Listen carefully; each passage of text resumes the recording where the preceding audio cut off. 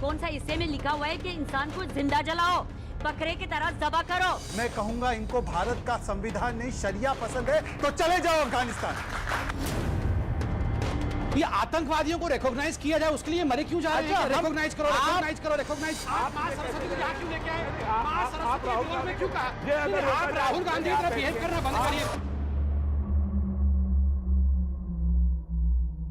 नमस्कार व्यूअर्स, मैं हूं अमीश देवगन और आप देख रहे हैं आर पार की टक्कर का यह खास एडिशन। देश के पूर्व प्रधानमंत्री अटल बिहारी वाजपेयी ने कहा था कि आप अपने मित्र बदल सकते हैं लेकिन पड़ोसी नहीं। यानी अगर पड़ोस में रहने वाला व्यक्ति आपका शत्रु हो जाए तो आप उसे बदल नहीं सकते, लेकिन उसकी हरकतों का आप पर गहरा असर पड़ता है। हिंदुस्तान दशकों से पाकिस्तान नाम के नासूर से को झेल रहा है, उससे लड़ाई लड़ रहा है और अब अफगानिस्तान में भी तालिबान का कब्जा हो गया है। हालांकि हिंदुस्तान किसी भी बाहरी शत्रु से निपटने के लिए पूरी तरह से सक्षम है, हमारी फौजें तैयार हैं, लेकिन उनका क्या करें जो रहते तो यहां हैं लेकिन वो गाते तालिबान की है। यानी उनके दिल में तालिबानी सोच बसती है। तालिबान ने अफगानिस्तान पर कब्जा तो कई लोग खुश होकर ताली पीटने लगे, तालिबानी सोच की वकालत भी करे जाने लगी। आज आर पार की टक्कर में इसी चोट पर, इसी विचारों पर हम एक बड़ा प्रहार करेंगे। आखिरकार ये तालिबानी सोच देश के लिए खतरनाक कैसे है?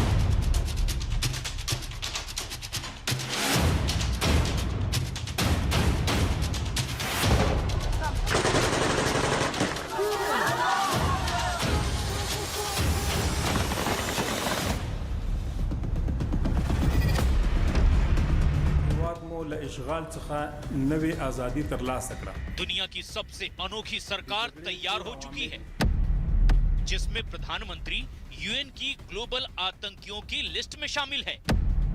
उप प्रधानमंत्री तालिबान के गठन में शामिल रहा और 8 साल तक पाकिस्तान की जेल में कैद रहा था। गृह मंत्री ग्लोबल आतंकियों की सूची में शामिल है। ये अफगानिस्तान की नई तालिबान यानी आतंकी सरकार है।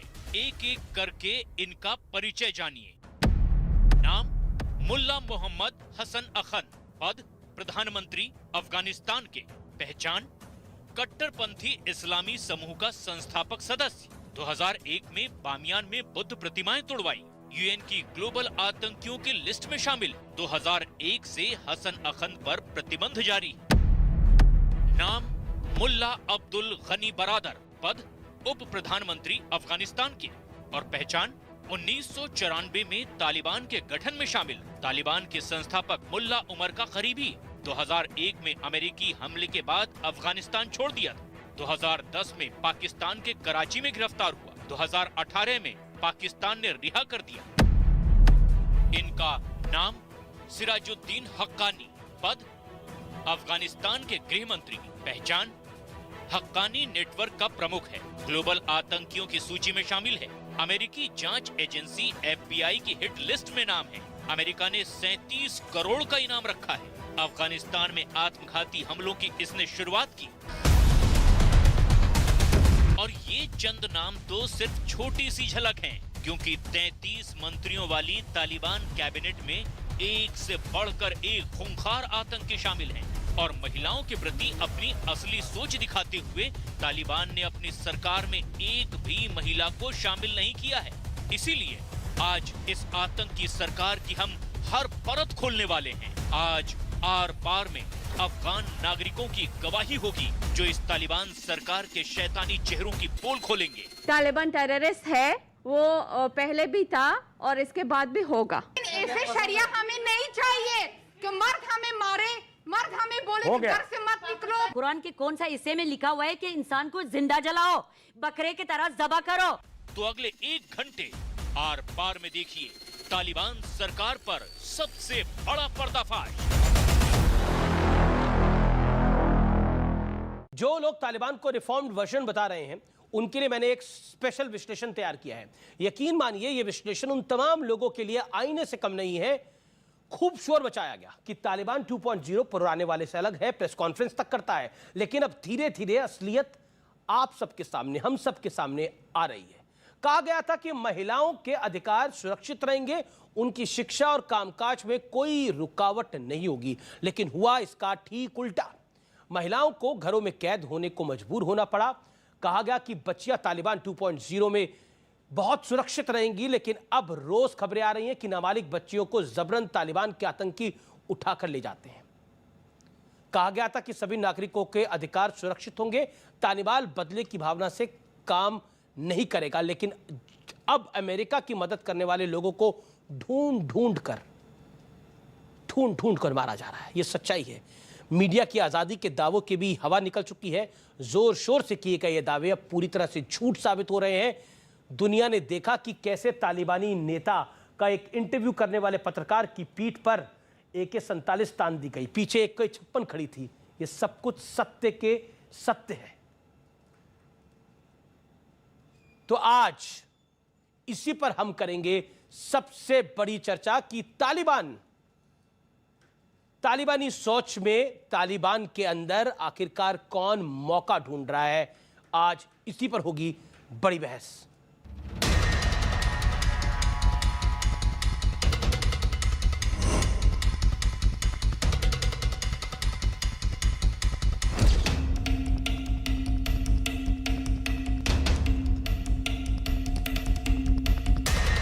मेरे साथ आज की इस चर्चा में बात करने के लिए कौन कौन जुड़ रहा है आपको बता देता हूं। मेरे साथ आज की इस चर्चा में लंबे अरसे बाद स्टूडियोज में मौजूद है मेरे साथ 4 मेहमान। इनका दिल खोल के जोरदार तरीके से स्वागत करिए।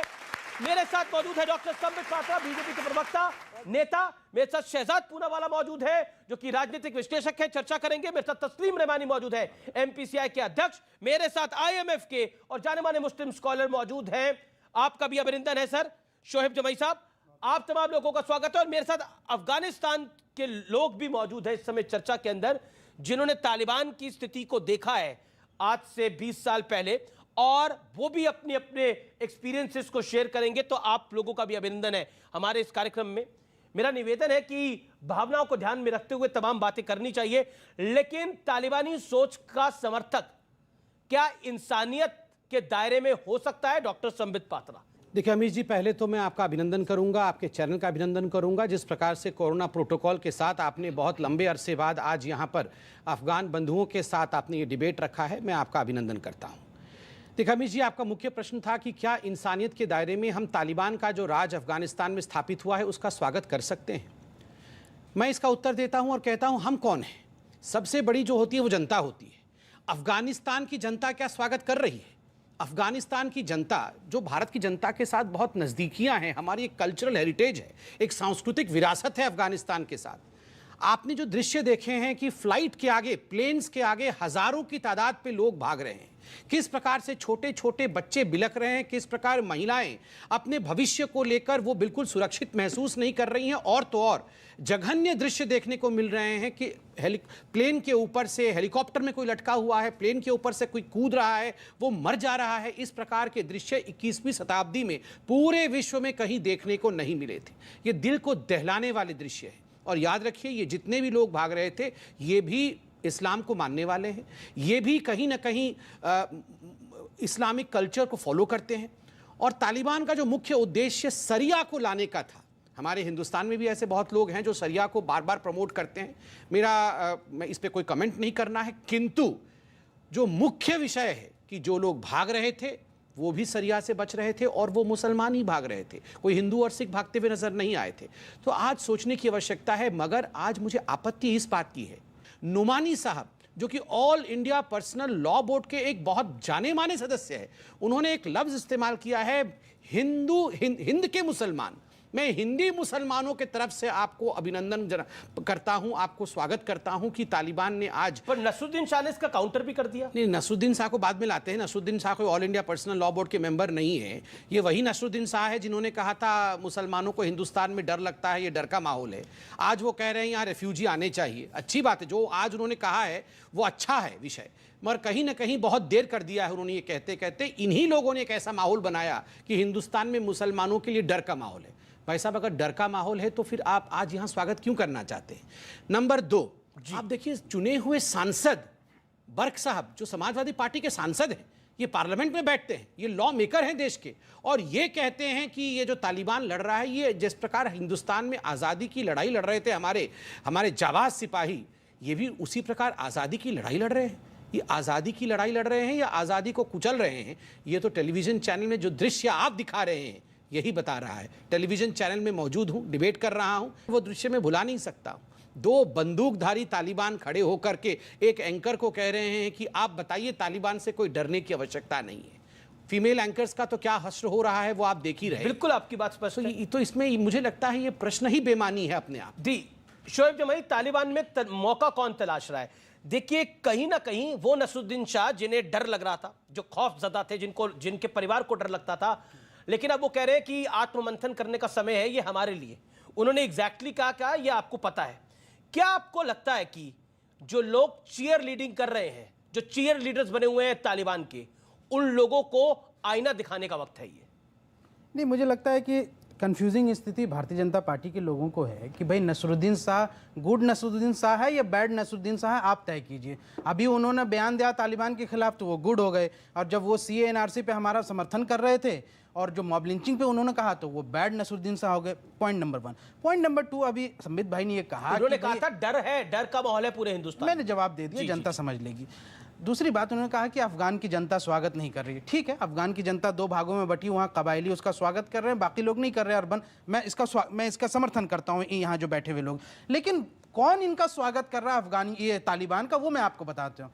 यूनाइटेड नेशन सिक्योरिटी काउंसिल में भारत पूरे अगस्त महीने में आप क्या कर रहे हैं? आप स्वागत कर रहे हैं कि आप नहीं, मैं बता रहा हूँ, मैं तो भारत की सरकार के साथ हूँ, उनके स्टैंड के साथ हूँ। आपका अपना स्टैंड क्या है? मेरा भारत की सरकार का स्टैंड था कि CA अच्छा है? सर, आपका स्टैंड था कि CA अच्छा नहीं है? संबित भाई बोल रहे थे, नहीं, मैं तो बोलने का मौका दे रहा हूं आपको। मत इंटरजेक्शन कीजिए, मैं बोल रहा हूँ। जी। देखिए, यूनाइटेड नेशन सिक्योरिटी काउंसिल में भारत यहाँ से पूरे महीने जो है प्रेसिडेंट अध्यक्षता कर रहा था।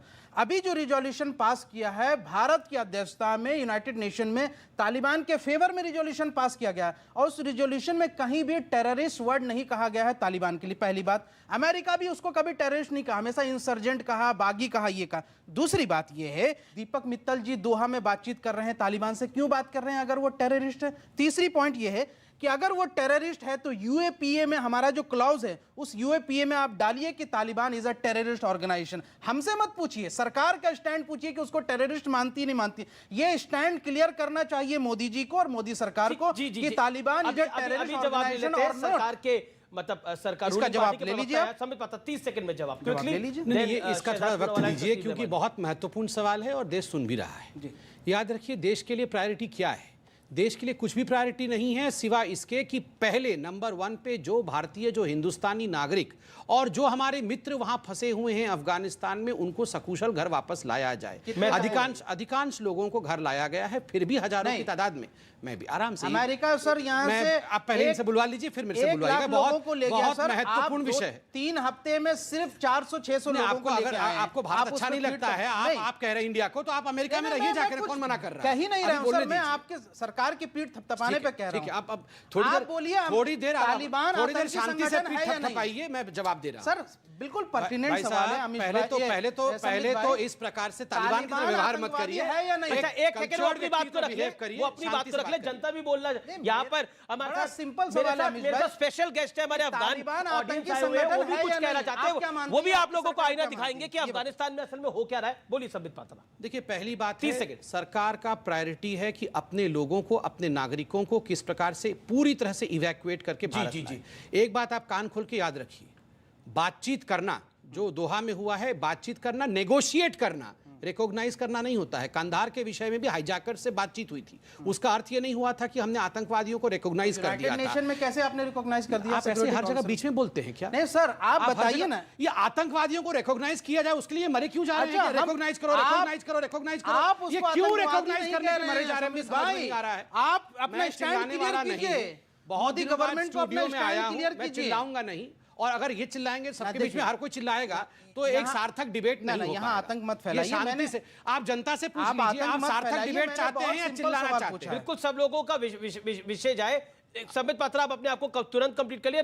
तुरंत कंप्लीट नहीं होगा अमीश भाई। ऐसे अगर इनडिसिप्लिन्ड बच्चे क्लास में होंगे, कोई गोलमोल नहीं करेगा भैया। आप सीधा कहिए ना, तालिबान आतंकवादी संगठन है या नहीं? मैं कहूंगा, बताइए। कहूंगा। इतने देरी क्यों कर रहे हैं आप? आपके अब्बा जान है क्या? वो इतने परेशान हो रहे हैं? अब्बा जान है क्या? आप बताइए ना। परेशान हो रहे हैं एकदम। तालिबान को बताओ, तालिबान को। रुको, मैं तो कह रहा हूं कि वो आतंकवादी संगठन मानते हैं। अच्छा, आप क्या मानते हैं? आप आतंकी संगठन मानते नहीं मानते? मैं तालिबान को एक्सट्रीमिस्ट ऑर्गेनाइजेशन मानता हूं। आतंकी संगठन मानते नहीं मानते? आपके मानते हैं एक्सट्रीमिस्ट ऑर्गेनाइजेशन है जी। लेकिन भारत सरकार उसको जो है यहाँ से नहीं टेररिस्ट ऑर्गेनाइजेशन। मतलब आप कितना पतली गली से निकल रहे अरे हैं, वाह, क्या एक्सट्रीमिस्ट बात कर रहे हैं? ऑर्गेनाइजेशन है। भारत मैं सरकार मुस्कान उसको जो है तालिबान क्या है? terrorist एक नहीं सेकंड कहे। समय दे। मुस्कान जी, तालिबान क्या है?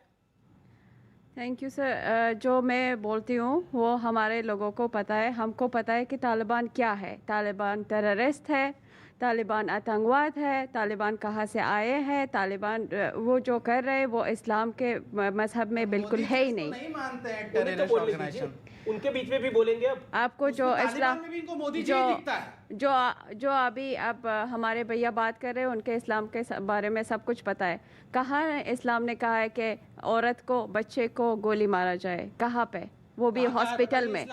कौन सा इस्लाम भाई? जो आपका इस्लाम वही मेरा इस्लाम, मेरा कोई अलग से इस्लाम नहीं, है क्या? इस्लाम ने कहा बोला है कि ये से करना है। आप जो मानती हैं शरिया ना ला- इस्लाम में? जो हाँ आप जी, मानते हो वही मैं भी मानता हूँ। हाँ मेरा जी, कौन सा इस्लाम? आपने भी ला इलाहा इल्लल्लाह पढ़ा, मैंने भी पढ़ा है। हाँ सबने जी, वही मैं पढ़ा है। आपसे तो आप यही क्या? पूछ रही हूँ, मैं ये तो आपके कौन सा समर्थन की इस्लाम बात कर है? रहा हूँ बहन। आपके ओपिनियन में ये कौन सा इस्लाम है कि इस्लाम में ऐसे करे? मैंने वो कौन सा सरकार से शरिया सवाल है कि- पूछा, यहाँ इस्लाम की बात नहीं है। नहीं, इस्लाम यहाँ के- गवर्नमेंट पॉलिसीज की बात हो रही है। हाँ जी, आप ये बताइए कि आप लोग वसंत गवर्नमेंट विहार पॉलिसीज की नहीं, तालिबान की बात हो रही है। गवर्नमेंट पॉलिसी से मैं बता रही हूँ कि तालिबान टेररिस्ट है, वो पहले भी था और इसके बाद भी होगा। जी, तालिबान कौन है? तालिबान पाकिस्तानी है? वो आपको पाकिस्तान कौन है? पाकिस्तान टेररिस्ट है? पाकिस्तान कौन ये है? है अफगानिस्तान की जनता जो बोल रही है। आपका बोला क्या है? जन्नत का नहीं मानता ये चीज का है। आपका झंडा ये क्या है? ये क्या लिखा है? ये आपके देश का झंडा क्या है लिखा सर। है? क्या लिखा है? ये क्या लिखा है? ये आपके देश का आपके झंडा है मेरे तालिबान, भाई। आपका देश के बात नहीं किया, आपका तालिबान से बात किया, मैं तिरंगा पाकिस्तान मानता के बात किया। ये क्या लिखा है? तिरंगा मानता हूँ। ये क्या लिखा है? आप लोग क्यों नहीं मानता है इसकी? ओके, शहजाद आप अपनी बात को देखिए, रखिए। शहजाद बड़े पूनावाला, संक्षिप्त में- प्रॉब्लम जो है, हम सोच को, जो तालिबानी सोच है उसकी पैरोकारी यहां पर चीयर लीडर की तरह जो लोग करते हैं वो इस देश के लिए घातक इसलिए है क्योंकि जो तालिबानी सोच है वो पूरे इंसानियत के लिए खतरा है।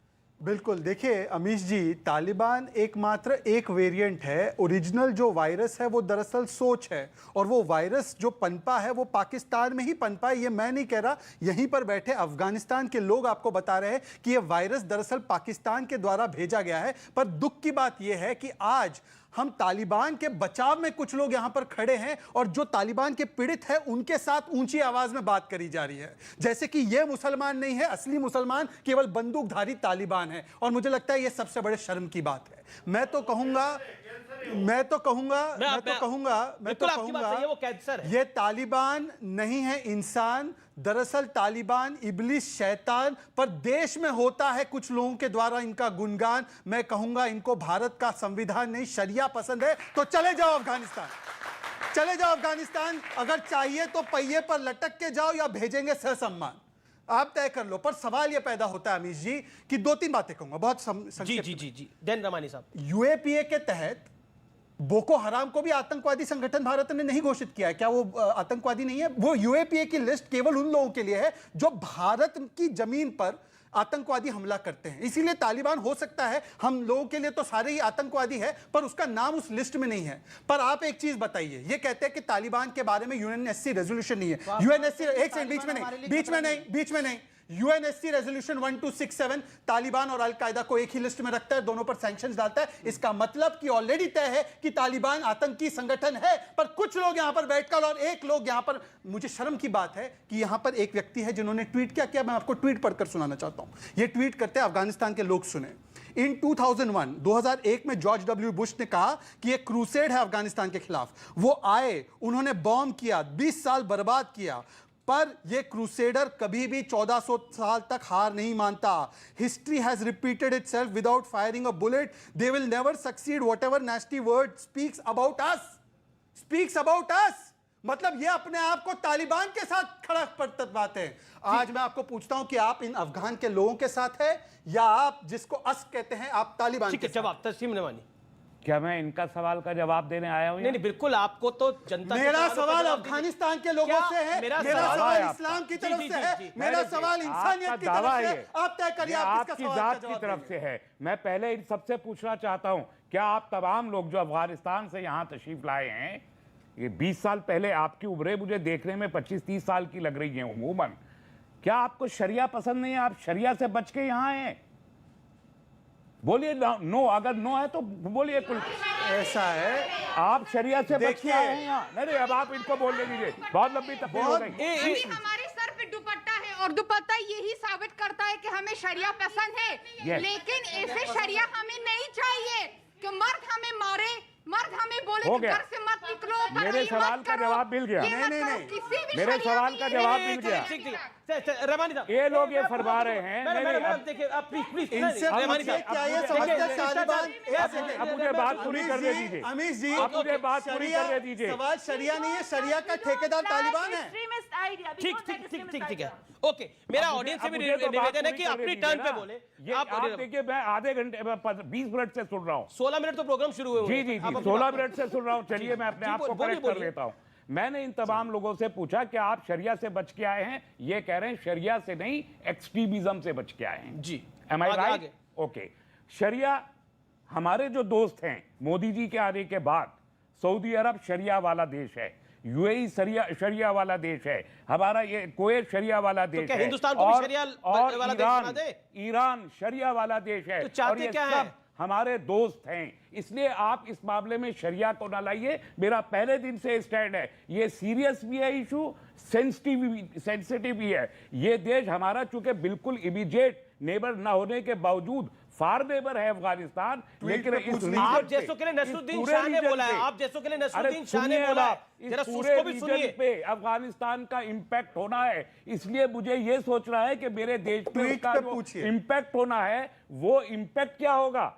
ठीक है, इंपैक्ट का मेरा मसला है। मेरा मसला ये है कि नॉर्थ वेस्ट बॉर्डर उसकी फ्रेगमेंटेशन का इंपैक्ट होगा। मेरा मसला ये है कि जो वहां पर नहीं, वहां पर जो हजारों लोग अभी तक मौजूद हैं उनको इवैक्यूएशन तक कर पाए। हमारा $3 बिलियन का जो स्टेक है, ये हमारे सवालात है और उस पे बहस करने के बजाय आप डोमेस्टिक पॉलिटिक्स को एड्रेस करना चाहते हैं। आप हिंदू मुसलमान वाली डिबेट यहाँ छेड़ना चाहते हैं, हिंदू मुसलमान वाली डिबेट यहाँ, इसमें तो हिंदू मुसलमान तो कोई विषय नहीं है। शरिया की डिबेट छेड़ना चाहते हैं। ये भी मुसलमान है, आप रीजनल जो पीड़ित कर रहे हैं वो भी मुसलमान है, जो पीड़ित है वो भी मुसलमान है। पॉलिटिकल एंड डिप्लोमेटिक इशू है। सर मैं आपको मौका दूंगा, अभी मेरा बहुत समय है। भारतीय जनता पार्टी, कांग्रेस, हिंदू मुसलमान, मेरा निवेदन तो स्वीकार करिए। देखिए मेरा निवेदन स्वीकार करिए, स्टूडियो में बड़े दिनों बाद वापसी हुई है। जी हाँ, बहुत शुक्रिया। जी देखिए अमीश जी, अभी मैं बड़े ध्यान से सुन रहा था, दो विषय मुझे खटका यहाँ पर। बार बार उन्होंने एक ही विषय पूछा, क्या आपको सरिया से किसी प्रकार की प्रॉब्लम है? क्या सरिया के डर से यहाँ आए?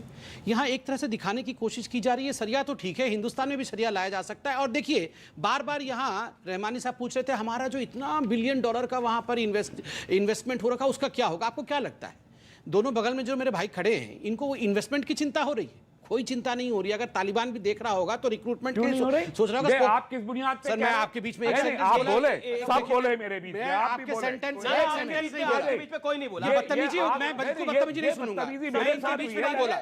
मैं क्यों चुप रहा हूँ? मैं क्यों चुप रहा हूँ? मुझे ये क्या बताइए, क्या मजाक है? हम डिबेट ही ना करें। बुनियाद पे ये कह रहे हैं कि मुझे अपने देश के इन्वेस्टमेंट की चिंता नहीं है। रहमानी साहब, मुझे जो इन्वेस्टमेंट हुआ है वो बिल्कुल आपने बोला ना, बीच में नहीं बोला। आपने ये सवाल पूछा, जवाब ले लीजिए। बुनियाद पर कह रहे हैं कि हमको उसकी ऑडियो जा रहा है, आपको ऑडियो नहीं जा रहा। आप अकेले बोलेंगे। अमीश भाई ये बहुत गलत बात है, इस प्रकार का बिहेवियर जिसमें दूसरों को बोलने नहीं दिया जाएगा और ये बोलेंगे कि मुसलमान डरा हुआ है। आप बताइए, मैं शांत बैठा हूं, आज मैं डिबेट में बोलता ही नहीं।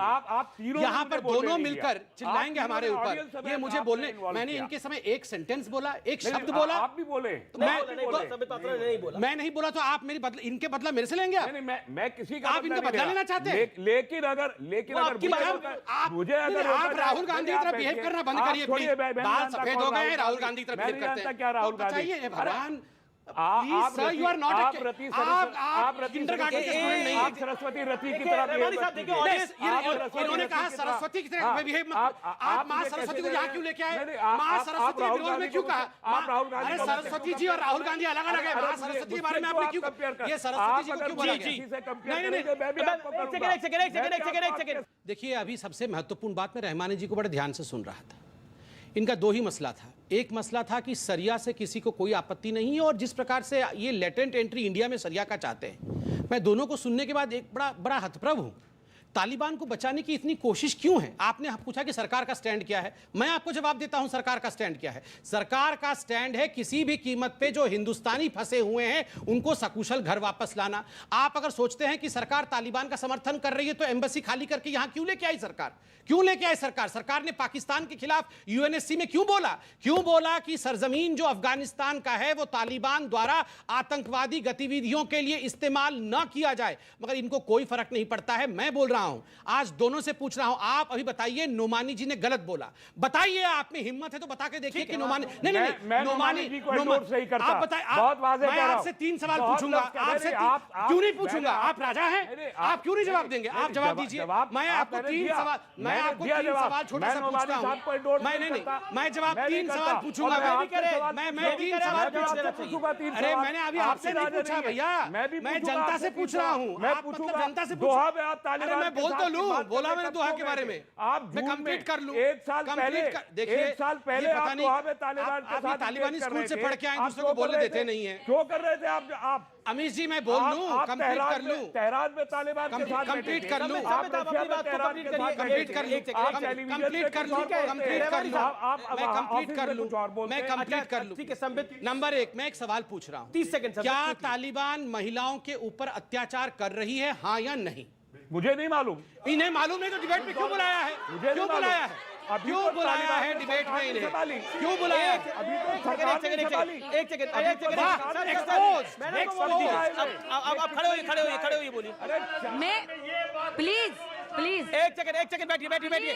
मैं मानता हूँ आपका गुस्सा है, रहमानी साहब की तरफ। एक सेकंड अपना नाम बताइए और अपनी बात करेंगे। एक सेकंड सर भाई साहब प्लीज बैठिए ना, मैडम। सबसे पहले ये मैं बताऊं कि मैं एक अफगान मुस्लिम महिला हूँ।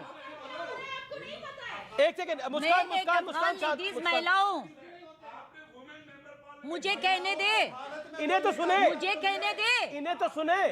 क्या मैं एक आप बोलिए आपकी आवाज आ रही है। मैं एक अफगान लेडीज हूँ। अब सर आप इस उनको बोलिए। मैं एक अफगान महिला हूँ जो 2012 से यहाँ आ रही हूँ और जा रही हूँ। कभी मैं नंगा नहीं घुमा फिरा, कभी मैं कोई गलत मुस्लिम वाले जो बगैर होते वो ऐसे काम नहीं की। कौन सा सूरा में, कौन सा आयत में, कौन सा कुरान के कौन का हिस्से में ऐसे बुला दिया, बता दिया गया? प्लीज सुन लो, प्लीज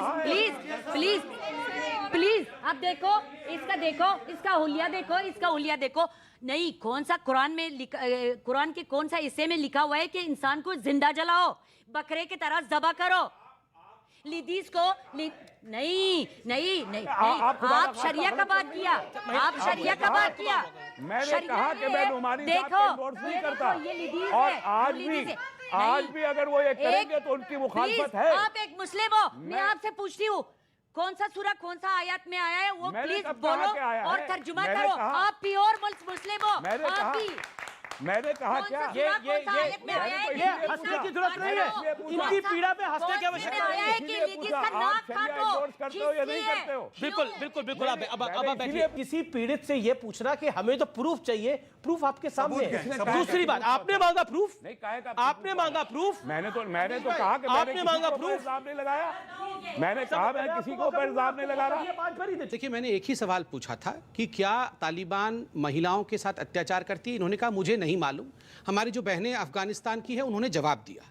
अब देखिए, मैं अभी दूसरा सवाल पूछूंगा रहमानी साहब से। रहमानी जी, भारत में क्या महिलाओं के ऊपर बीजेपी की सरकार अत्याचार करती है? अभी उछल के बोलेंगे हाँ करती है, मुझे पता है करती है, मगर तालिबान का इनको पता नहीं है। सुनिए, दूसरी बात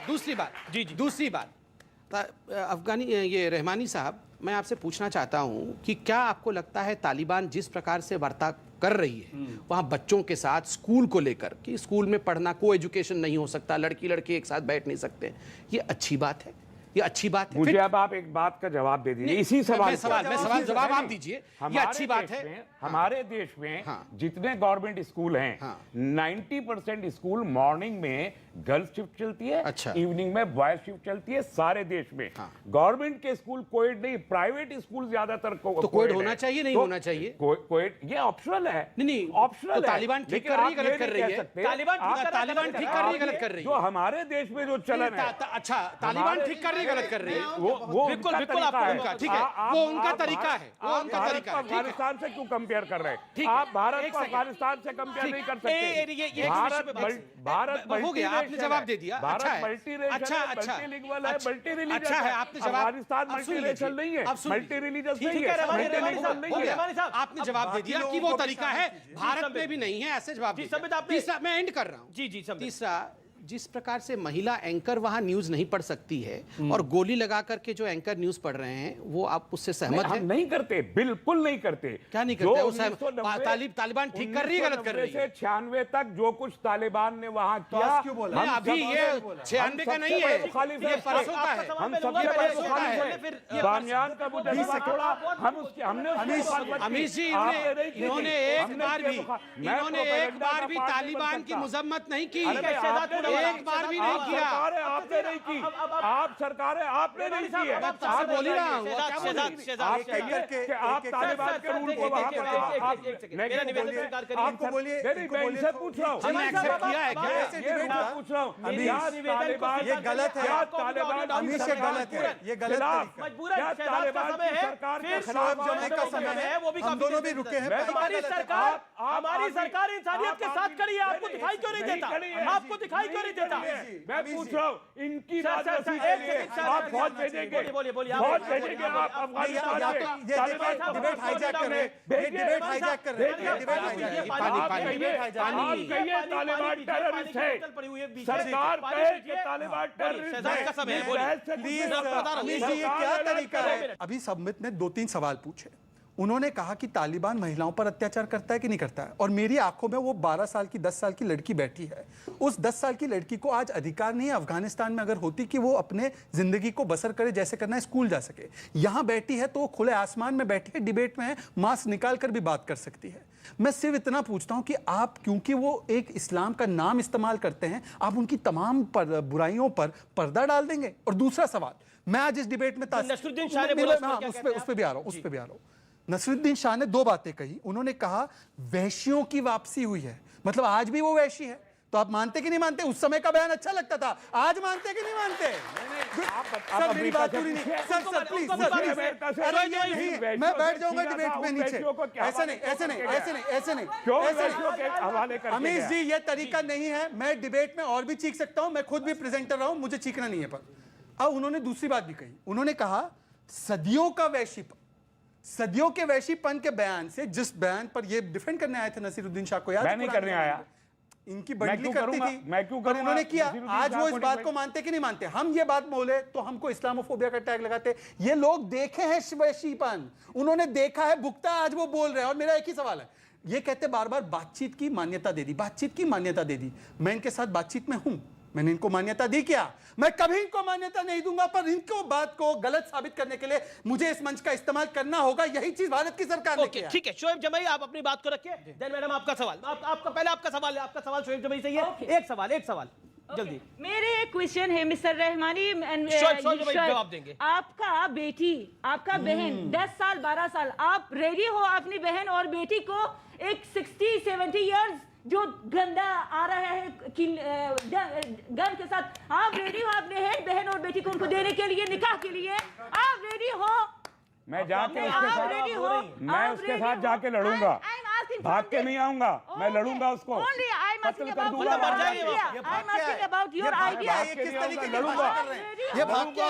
आपकी बेटी का हो जाएगा, मैं लड़ूंगा उससे, मर जाऊंगा। प्लेन से गिर गया, इसका मतलब नहीं था कि उसने प्लेन नहीं देखा था, उसने प्लेन उसके डर से और पाकिस्तान की वजह से और ऐसे आप लोगों की वजह से जो इस्लाम को बदनाम करते हैं। तो खाली है, ये इस्लाम काबुल नहीं एयरपोर्ट आज क्यों खाली है? जब ये बोल रही है रहमानी साहब, आज मैं कहना चाहता हूँ, ये जो बोल रहे हैं कि आंखों में आंसू है, बताइए।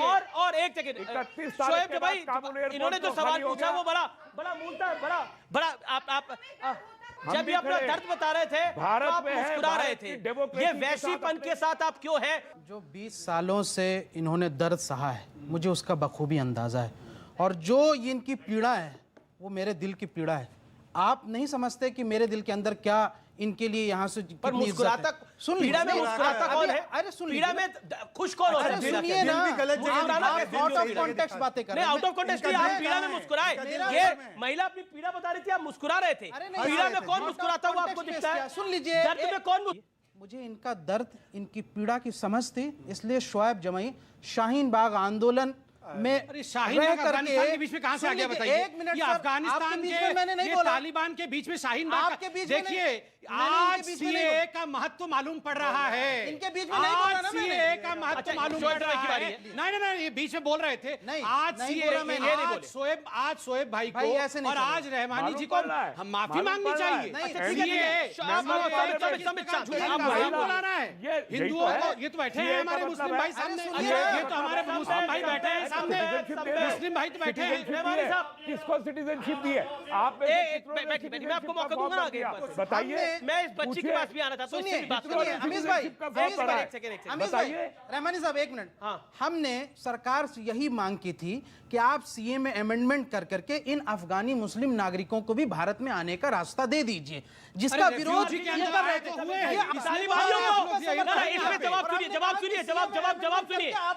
सुनिए, ये आपके खिलाफ, इसलिए हमने देश में इतना बड़ा आंदोलन किया है। अब अगर आप, मैं संबित भाई से कह रहा हूँ, अगर आप, वो आपको उनका जवाब दीजिए, हमदर्द हैं, आपको कुछ बोल रहे हैं, सुनिए ना, आपको कुछ बोल रहे हैं। अरे छोड़िए ना, छोड़ कैसे देंगे? छोड़िए कैसे? छोड़ कैसे दे? आप सुनिए क्या बोल रहे हैं। अगर आप हमदर्द नहीं होगा, सीए में अमेंडमेंट नहीं होगा, हो गया ना, हमदर्द कौन है? ये आपके हमदर्द नहीं होगा। आपका ये बोलो, अभी अफगानिस्तान के कोई इंडिया का आतंकवादी किया? आपको सुनो, एक सेकंड, ठीक है, आपने अभी बात कर रखा। शोएब भाई एक सेकंड, मोदी जी ने अमेंडमेंट मोदी जी ने तालिबान कभी भी ट्वीट करके यहाँ से ट्वीट नहीं किया मोदी जी ने तालिबान के खिलाफ। क्या बातें करते हैं अमीश भाई? नहीं, बहुत पर्टिनेंट सवाल है। मैंने कहा मोदी जी का ट्वीट कहाँ है तालिबान के खिलाफ? Single tweet against the Taliban of prime minister Modi ji I haven't scene.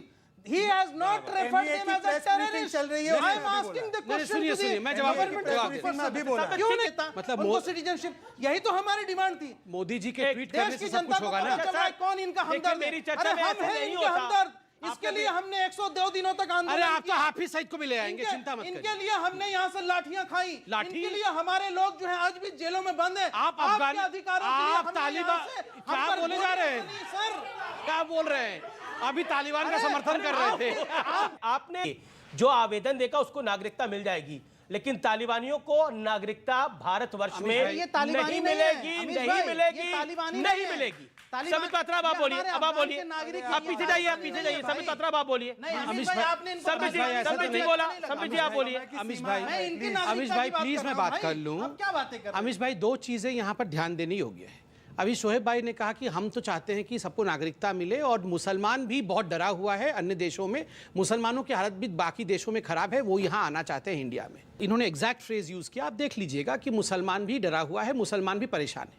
Afghanistan में, पाकिस्तान में अगर मुसलमान परेशान है, और ये वही लोग हैं जिन्होंने कहा कि हिंदुस्तान में मुसलमानों के ऊपर सबसे ज़्यादा अत्याचार होता है और मुसलमान सबसे ज़्यादा परेशानी में कहीं है तो हिंदुस्तान में, इन दोनों ने आज ये एकदम चिल्ला रहे हैं कि नागरिकता दो, मुसलमान कहीं आना चाहता है तो हिंदुस्तान में आके देश में मॉब लिंचिंग होगी तो हम सवाल उठाएंगे।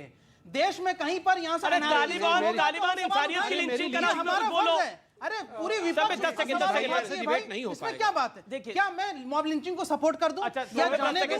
हमारा कंसर्न नहीं होगा ना सर, लेकिन आप उसको यहाँ से अफगान के नागरिक से जोड़ रहे हैं, दूसरे देशों के मुसलमान से जोड़ रहे हैं। अमीश भाई क्या मजाक शोएब जी प्लीज मेरी रिक्वेस्ट मानिए, अनार्किज्म है। ऑडियो डाउन है, ऑडियो डाउन है। अब एक संबित आप का ऑडियो खुला हुआ है, 10 सेकंड में आप बोलिए, देन तस्लीम ने मानी, देन शहजाद पूनावाला बोलिए। अमीश भाई इनका मानना है कि पाकिस्तान से अफगानिस्तान से मुस्लिमों को यहां पर आप नागरिकता दो क्योंकि यही उनका सेफ हेवन है, जबकि यही लोग कहते थे कि मुसलमान सबसे ज्यादा अनसेफ भारत में। दूसरी बात, रहमानी साहब ने इन हमारे भाई बहनों से सवाल किया कि आपको आखिर भारत ने दिया क्या। सोचिए जरा, खाते इस देश का है और फिर भी इस देश के विरोध में इतना जहर। भारत ने क्या दिया आप इनसे पूछिए, भारत ने क्या दिया है? सेफ्टी, हमारी बहन ने सेफ्टी कहा, हमारी बहन ने कहा, बताइएगा, हमारी बहन ने कहा इनको डेमोक्रेसी दिया, इनको यहां सर उठा के जीने का हमने आज सवाल। इन्होंने क्या पूछा कि भारत ने आखिर आपको 10 मिनट क्या मैं बोलूंगा, 10 सेकंड क्यों नहीं बोलूं मैं? आपने जो सवाल पूछा कि आप दोनों भारत ने क्या दिया, क्या दिया? अरे खाते इस देश का है और भारत के खिलाफ जहर उगल रहे हैं, जहर उगल रहे हैं भारत के खिलाफ। भारत ने क्या दिया? ठीक है, भारत ने क्या दिया? पूरे आलम इस्लाम के खिलाफ जहर उगल रहे हैं। इस्लाम के खिलाफ कुछ नहीं बोल रहा। एक बात मैं बता दूं, एक बात मैं बता दूं, अमेंडमेंट नहीं होगा, सीएए में अमेंडमेंट नहीं होगा, नहीं होगा, नहीं होगा। ये रेफ्यूजी है, रेस्पेक्टेबल रेफ्यूजी है, इनके लिए हिंदुस्तान सब कुछ करेगी, सब कुछ करेगी। कौन बोल रहा है? अभी आप कह रहे हैं तालिबान महिलाओं को मारती है कि नहीं मारती है? मारती है कि मारती नहीं है? महिलाओं को, महिलाओं पर अत्याचार करती है या नहीं करती है? महिलाओं पर अत्याचार करती है कि नहीं पता नहीं है। और आखिरी सवाल, इन्होंने कहा कि मोदी जी ने ट्वीट क्यों नहीं किया? मोदी जी ट्वीट करेंगे तो ये बोलेंगे, मोदी जी तो ये भी ट्वीट नहीं करते कि आप सांस लो, ये सांस क्यों ले रहे हैं? ठीक है, मोदी जी तो ये ट्वीट नहीं करते हैं गुसल खाने जाओ, ये गुसल खाने क्यों चले जाते हैं? मोदी जी ने ट्वीट किया था गुसल खाने जाओ, क्यों गुसल खाने गए? आर पार की टक्कर में रुकते एक अंतराल के लिए, ब्रेक के बाद भी ये चर्चा जारी है। High voltage drama. आपके पास रिफ्यूजी कार्ड है, उन्होंने फरमाया रिफ्यूजी कार्ड है या आपके पास सिटीजनशिप है, जो अरे कुछ भी है, प्रोटेक्टेड तो है। आप तो तालिबान का समर्थन कर रहे थे, आपने इनसे पूछा इंडिया ने क्या दिया आपको? शर्म नहीं आई? मालूम हो गया, शर्म नहीं आई? स्टेटस है। यहां पर कुछ बैठे लोग तालिबान को बचाने के लिए इतने उत्सुक है कि उनके दुख पर कभी उनको हंसी आती है और कभी उन महिलाओं को पूछते हैं कि सबूत बताओ कि तुम्हारे साथ अत्याचार क्या हुआ। मुझे लगता है कि ये अगर इनका कॉन्सेप्ट ऑफ इस्लाम है तो इस शरिया के हर एक खिलाफ हर मुसलमान है, क्योंकि ये आपका तालिबानी शरिया है और हम जो चाहते हैं वो प्रॉफिट मोहम्मद सल्लल्लाहु अलैहि वसल्लम ने विधानसभा को यह जानकारी दी। गुजरात बीजेपी के संगठन महामंत्री रत्नाकर के गांधी टोपी पर किए गए एक ट्वीट पर विवाद हो गया। इस ट्वीट में दावा किया गया कि गुजरात और महाराष्ट्र में पहनी जाने वाली सफेद टोपी, जिसे गांधी टोपी कहते हैं, उसे तो कभी गांधी जी ने पहना ही नहीं। यही नहीं, ट्वीट में लिखा गया कि ऐसी टोपी हमेशा जवाहरलाल नेहरू पहनते थे, लेकिन उसे गांधी टोपी का नाम दे दिया गया, जिसके बाद गुजरात बीजेपी के बाकी नेता इस बात का समर्थन करने लगे। गांधी जी कोई जगह टोपी पहरी हो एवो फोटो कोई जगह अपन कोई ने प्राप्त थतो नहीं। लेकिन कांग्रेस को बीजेपी की ये बात हजम नहीं हुई और उसने भी ऐसी दलीलें देनी शुरू कर दी जिससे साबित हो जाए कि गांधी जी टोपी पहनते थे। गांधी जी हर हमेशा टोपी पहनते थे, लेकिन इस देश के गरीब जनता तक जब तक अपने कपड़े नहीं हो तब तक इनका त्याग किया था। सलमान खान और उनके जीजा आयुष की फिल्म अंतिम का पहला लुक जारी कर दिया गया। जम्मू कश्मीर की पूर्व सीएम और पीडीपी नेता महबूबा मुफ्ती को श्रीनगर में उनके घर पर नजरबंद कर दिया गया। इससे पहले महबूबा वहां एक विरोध प्रदर्शन में शामिल होने की तैयारी में थी। मध्य प्रदेश के विश्वविद्यालयों में कुलपति की जगह कुलगुरु शब्द का इस्तेमाल हो सकता है। राज्य सरकार इसके लिए कानून में बदलाव करने की तैयारी में है। कुल मिलाकर के अगर कुलगुरु नाम आता है तो ज्यादा अच्छा है। गुजरात में सोमनाथ मंदिर में अब श्रद्धालु ऑनलाइन अभिषेक कर सकेंगे। वहां 4D तकनीक के जरिए जल चढ़ाने की यह सुविधा शुरू की गई। रायपुर की जिला अदालत ने सीएम भूपेश बघेल के पिता नंद कुमार बघेल को 21 सितंबर तक न्यायिक हिरासत में भेज दिया। उन पर ब्राह्मण समाज के खिलाफ विवादास्पद बयान देने के मामले में यह कार्रवाई की गई। हालांकि इन सबके बीच सीएम के पिता की एक तस्वीर सोशल मीडिया पर वायरल हो गई, जिसमें वो थाने में कुर्सी पर बैठकर खाना खाते दिखाई दिए। प्रधानमंत्री मोदी ने शिक्षक पर्व की ऑनलाइन शुरुआत की। इस मौके पर उन्होंने वीडियो कॉन्फ्रेंसिंग के जरिए कई शिक्षकों से भी बात की। ये कार्यक्रम 12 दिन तक पूरे देश में चलेगा, जिसमें पढ़ाई के नए तरीकों को शामिल करने पर जोर दिया जाएगा। हमने इस मुश्किल समय में जो कुछ सीखा है उसे एक नई दिशा दे। कृषि सुधार कानून पर सुप्रीम कोर्ट की बनाई समिति के सदस्य अनिल घनवत ने मुख्य न्यायाधीश एनवी रामना को एक खत लिखा। इस खत में उन्होंने अपनी समिति की रिपोर्ट पर अमल करने की मांग की ताकि किसान आंदोलन को खत्म करवाया जा सके। ये खत अनिल घनवत ने इस समिति के सदस्य के तौर पर नहीं बल्कि निजी तौर पर लिखा। फीफा विश्व कप क्वालिफायर में दक्षिण अफ्रीका ने घाना को 1-0 से हरा दिया। इसी के साथ घाना की विश्व कप खेलने की राह और मुश्किल हो गई। बैंक घोटाले में घिरे नीरव मोदी की मुश्किलें बढ़ गईं। ईडी ने उनकी बहन के पति मयंक मेहता को सरकारी गवाह के तौर पर मुंबई की पीएमएलए कोर्ट में पेश किया, जिसके बाद अदालत ने मयंक के खिलाफ जारी सभी वारंट रद्द कर दिए। सर्बिया के टेनिस खिलाड़ी नोवाक जोकोविच यूएस ओपन के क्वार्टर फाइनल में पहुंच गए। हालांकि उन्हें इस मुकाबले के पहले सेट में 20 साल के अमेरिकी खिलाड़ी जेनसन ब्रुक्सबी से हार का सामना करना पड़ा, पर फिर जोकोविच ने वापसी की और 1-6, 6-3, 6-2 और 6-2 से ये मैच अपने नाम कर लिया। केंद्र सरकार ने पेगासस जासूसी मामले में अपना जवाब दाखिल करने के लिए और समय मांगा। इसके बाद सुप्रीम कोर्ट ने इस केस की सुनवाई सोमवार तक टाल दी। सुप्रीम कोर्ट ने उस याचिका को खारिज कर दिया जिसमें हॉकी को राष्ट्रीय खेल घोषित करने की मांग की गई थी। कोर्ट ने ऐसे मामलों में दखल से इनकार किया, साथ ही साफ किया कि ये काम जनता और खेल से जुड़े लोगों का है। गाजियाबाद में एक कार और ट्रक की टक्कर में 5 लोगों की मौत हो गई। बताया जा रहा है ये कार मेरठ दिल्ली एक्सप्रेसवे पर गलत दिशा में जा रही थी। झारखंड विधानसभा में नमाज पढ़ने के लिए एक कमरा दिए जाने के बाद अब यूपी में भी इसकी मांग उठ गई।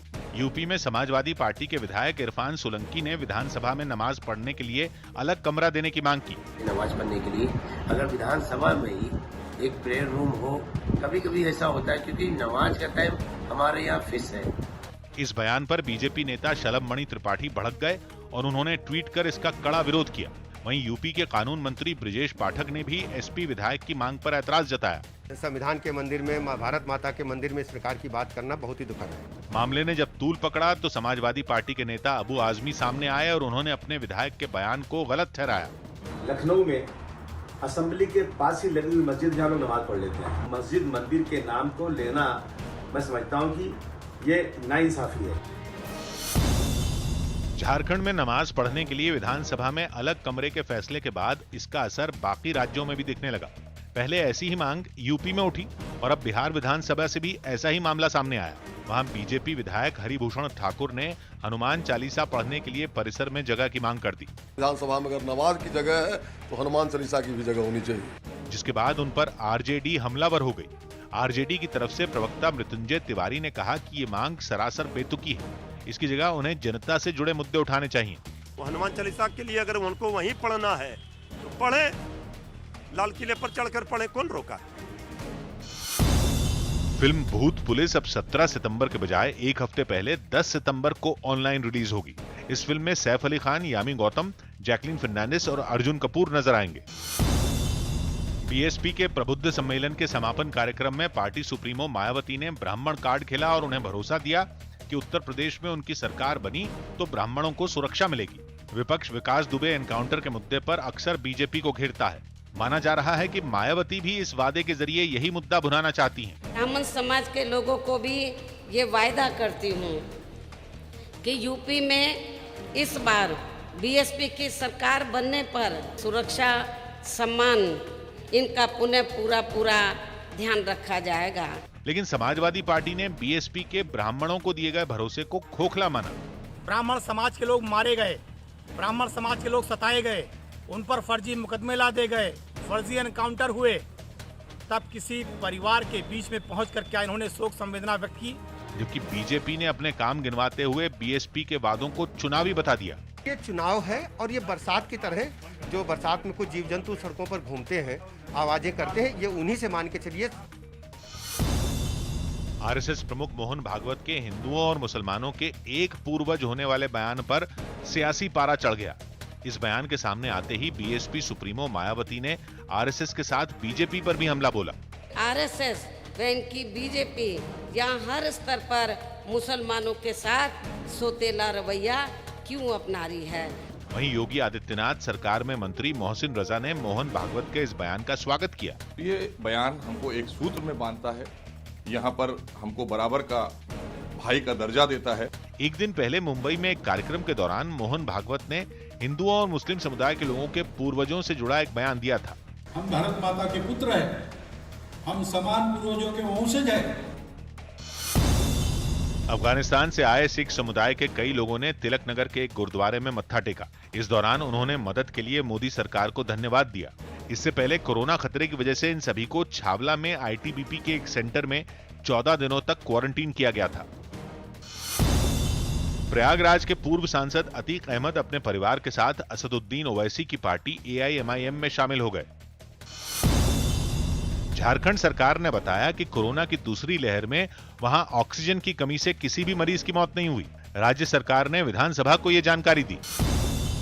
गुजरात बीजेपी के संगठन महामंत्री रत्नाकर के गांधी टोपी पर किए गए एक ट्वीट पर विवाद हो गया। इस ट्वीट में दावा किया गया कि गुजरात और महाराष्ट्र में पहनी जाने वाली सफेद टोपी, जिसे गांधी टोपी कहते हैं, उसे तो कभी गांधी जी ने पहना ही नहीं।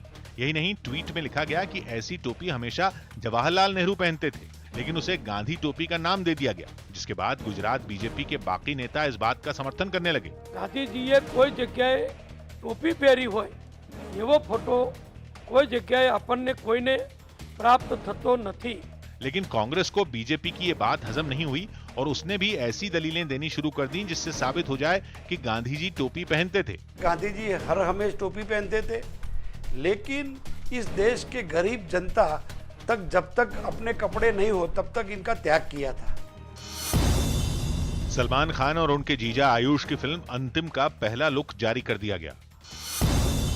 जम्मू कश्मीर की पूर्व सीएम और पीडीपी नेता महबूबा मुफ्ती को श्रीनगर में उनके घर पर नजरबंद कर दिया गया। इससे पहले महबूबा वहां एक विरोध प्रदर्शन में शामिल होने की तैयारी में थी। मध्य प्रदेश के विश्वविद्यालयों में कुलपति की जगह कुलगुरु शब्द का इस्तेमाल हो सकता है। राज्य सरकार इसके लिए कानून में बदलाव करने की तैयारी में है। कुल मिलाकर के अगर कुलगुरु नाम आता है तो ज्यादा अच्छा है।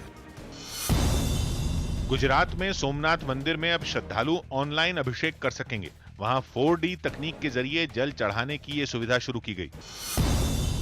रायपुर की जिला अदालत ने सीएम भूपेश बघेल के पिता नंद कुमार बघेल को 21 सितंबर तक न्यायिक हिरासत में भेज दिया। उन पर ब्राह्मण समाज के खिलाफ विवादास्पद बयान देने के मामले में यह कार्रवाई की गई। हालांकि इन सबके बीच सीएम के पिता की एक तस्वीर सोशल मीडिया पर वायरल हो गई, जिसमें वो थाने में कुर्सी पर बैठकर खाना खाते दिखाई दिए। प्रधानमंत्री मोदी ने शिक्षक पर्व की ऑनलाइन शुरुआत की। इस मौके पर उन्होंने वीडियो कॉन्फ्रेंसिंग के जरिए कई शिक्षकों से भी बात की। ये कार्यक्रम 12 दिन तक पूरे देश में चलेगा, जिसमें पढ़ाई के नए तरीकों को शामिल करने पर जोर दिया जाएगा। हमने इस मुश्किल समय में जो कुछ सीखा है उसे एक नई दिशा दे। कृषि सुधार कानून पर सुप्रीम कोर्ट की बनाई समिति के सदस्य अनिल घनवत ने मुख्य न्यायाधीश NV रामना को एक खत लिखा। इस खत में उन्होंने अपनी समिति की रिपोर्ट पर अमल करने की मांग की ताकि किसान आंदोलन को खत्म करवाया जा सके। ये खत अनिल घनवत ने इस समिति के सदस्य के तौर पर नहीं बल्कि निजी तौर पर लिखा।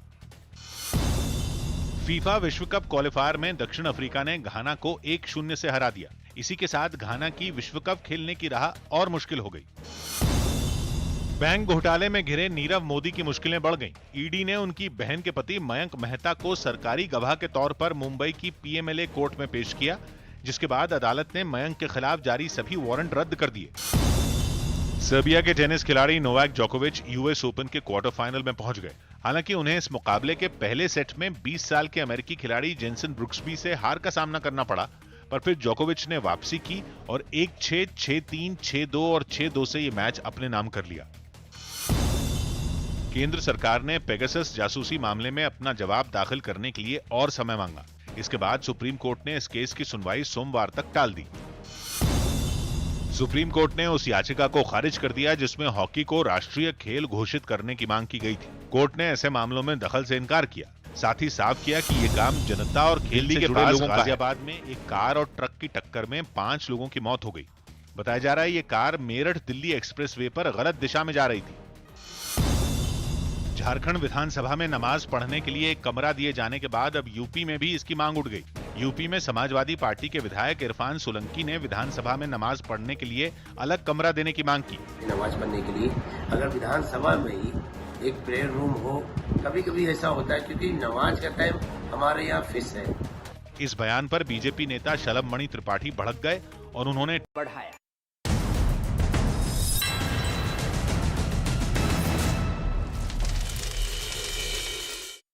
आखिरी 1 मिनट है। ओके, 30 सेकंड आपके, 30 सेकंड आपके। बोलिए। मैंने बहुत सीधे पूछा था इन तमाम भाई बहनों से, ये आते जाते रहते हैं, आपके पास रिफ्यूजी कार्ड है? उन्होंने फरमाया रिफ्यूजी कार्ड है या आपके पास सिटीजनशिप है? जो अरे कुछ भी है, प्रोटेक्टेड तो है। आप तो तालिबान का समर्थन कर रहे थे, आपने इनसे पूछा इंडिया ने क्या दिया आपको? शर्म नहीं आई? मालूम हो गया शर्म नहीं आई? स्टेटस है और ना ही सिटीजनशिप का स्टेटस तो मिल ही नहीं सकता। अमीश जी, आज जो हमारे सामने जो लोग बैठे हैं वो ना रेफ्यूजी स्टेटस ना सिटीजनशिप में फंसे हुए हैं। वो चाह रहे हैं सुरक्षा जो उनको भारत ने दी, वो चाह रहे हैं लोकतंत्र जो भारत ने दिया, वो चाह रहे हैं सम्मान जो भारत देता है, और वो चाहते हैं कि हर एक इंसान उनके दुख को पहचाने। पर यहां पर कुछ बैठे लोग तालिबान को बचाने के लिए इतने उत्सुक है कि उनके दुख पर कभी उनको हंसी आती है और कभी उन महिलाओं को पूछते हैं कि सबूत बताओ कि तुम्हारे साथ अत्याचार क्या हुआ। मुझे लगता है कि ये अगर इनका कॉन्सेप्ट ऑफ इस्लाम है तो इस शरिया के हर एक खिलाफ हर मुसलमान है, क्योंकि ये आपका तालिबानी शरिया है और हम जो चाहते हैं वो प्रॉफिट मोहम्मद सल्लल्लाहु अलैहि वसल्लम का शरिया है। तो आप कभी उसको अपनी गंदी जुबान से निकालना मत। और दूसरी बात, मैं बात पूरी कर रहा हूं, अपनी बात पूरी कर रहा हूं, मेरा समय है, मैं अपनी बात पूरी करूंगा।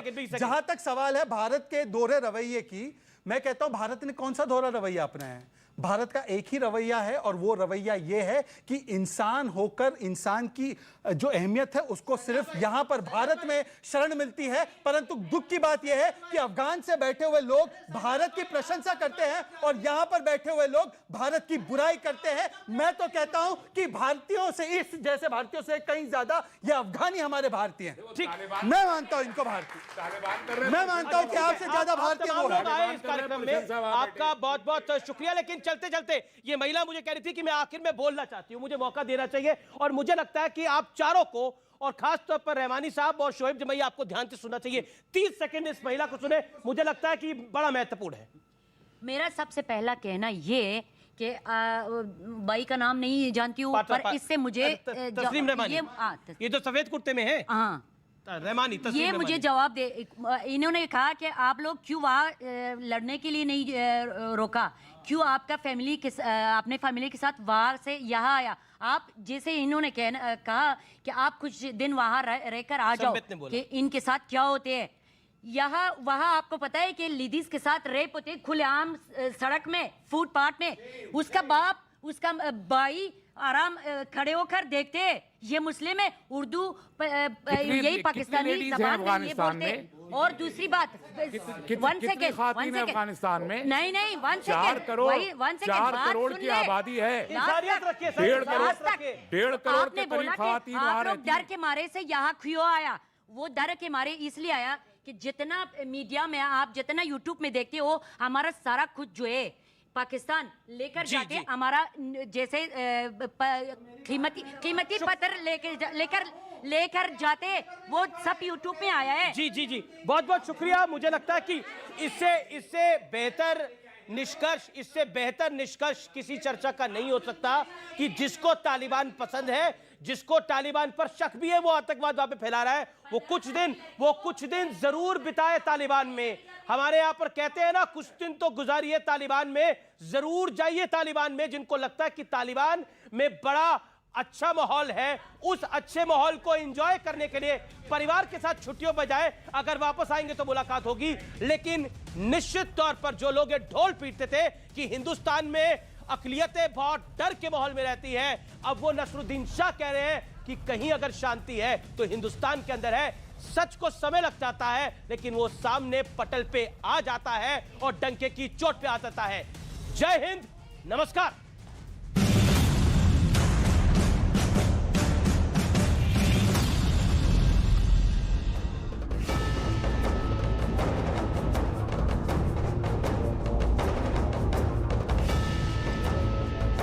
नमस्कार, आप देख रहे हैं डंके की चोट पर मैं हूं आपके साथ प्रीति रघुनंदन। तालिबान की मोस्ट वांटेड ग्लोबल टेररिस्ट सरकार में कितने आतंकी चेहरे, सत्ता संभालते ही तालिबान के खिलाफ आखिर क्यों भड़क उठा है विद्रोह?